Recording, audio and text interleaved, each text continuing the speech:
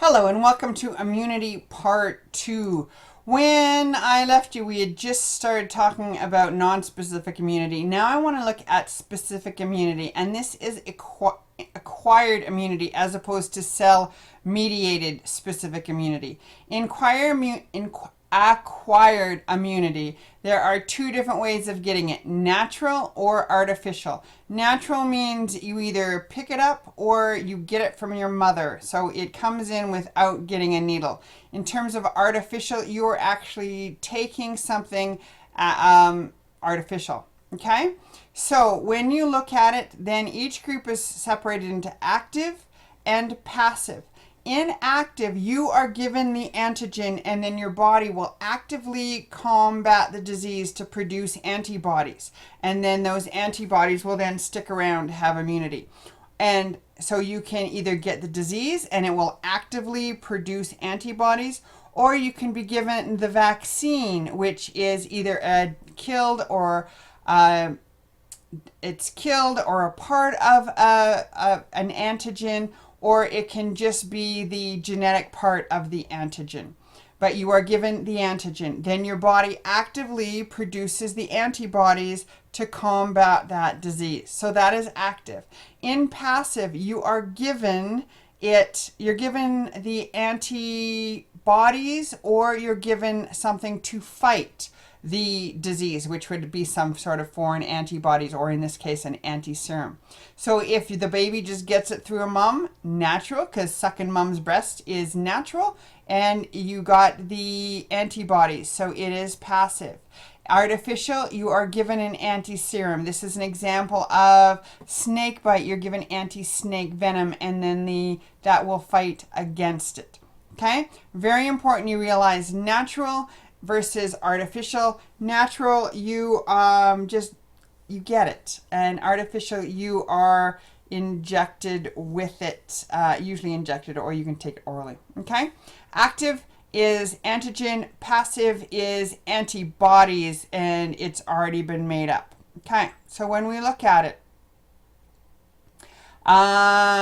in terms of natural, acquired. Active, you acquire contact with a specific diseased organism. So you've picked up the chicken pox when you were a kid. When I was a kid, my parents had chicken pox parties. So as soon as there was like one chicken pox situation in the group, everyone would go over and have coffee, and you'd play with the sick kid. So to get chicken pox, to get the immunity, so you'd get it before you went to school. And that is contact with the disease.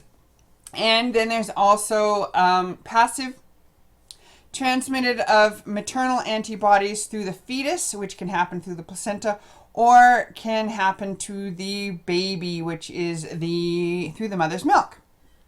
One reason why, if you can breastfeed, it is important to breastfeed as long as you can. And they actually say with cows that it's the first 48 hours where that active antibody will be taken in. That's why it's very important for baby calves to feed from their mummies for the first 48 hours.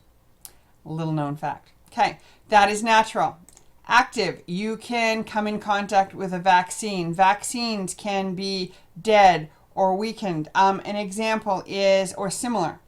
If you read about Jenner noticed that milkmaids did not get smallpox, and smallpox is wiping out the countryside.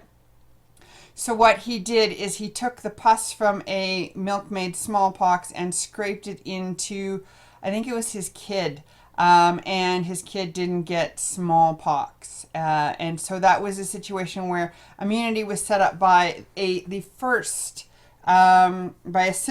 immunity was set up by a similar antigen. So that's one example. That was Jenner. That was the first example of vaccine. Then there was Sabin and Salk and the polio vaccine. The polio was a dead and weakened virus. And now the flu vaccine you get is just a little piece of DNA, which they replicate usually through bacteria, or they grow it in a chicken egg, and then they pass it on that way. Okay? Then there's artificial passive. It is manufacturing it's the delivery of already manufactured antibodies to an individual. This is an example of spider bites, snake venom, any sort of anti-serum that is being given. Ebola virus had an anti-serum, and the anti-serum was just antibodies directly delivered through an injection. Okay, we talked about that. Now, booster shots.